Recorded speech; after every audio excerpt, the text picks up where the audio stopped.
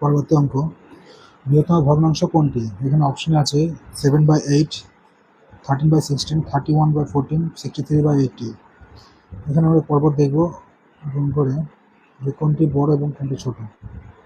এখানে আছে 7/8 গুণ 13/16, কোনো আমরা গুণ করবো, কোনো গুণ করে কথা হচ্ছে 6×7=42, 7×11, 112 এবং 3×8=24, 10। তাহলে এখানে এটা হচ্ছে 112 এবং এটা হচ্ছে এটার মান হচ্ছে 104 এবং এই ভগ্নাংশের মান হচ্ছে 112। তাহলে এখানে বৃহত্তম সংখ্যা কোনটা? 112, অর্থাৎ 7/8 কে নিয়ে পরবর্তী সংখ্যা 31, 40 এর সঙ্গে এবার গুণ হবে 4×7=28, 280, 248। এখানেও পরবর্তী এই ভগ্নাংশের সংখ্যাটা 280 এবং এই ভগ্নাংশের মান হচ্ছে 248। তবে আবার 7/8 বড়, 7/8 কে বড় হবে, এর সঙ্গে 63/80 আমরা গুণ করবো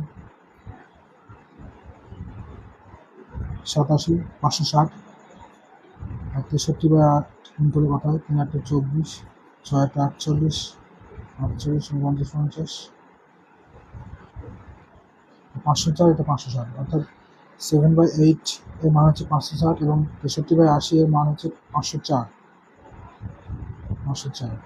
অর্থাৎ এখানে বৃহত্তম হচ্ছে 560, অর্থাৎ 7/8 হচ্ছে বৃহত্তম সংখ্যা।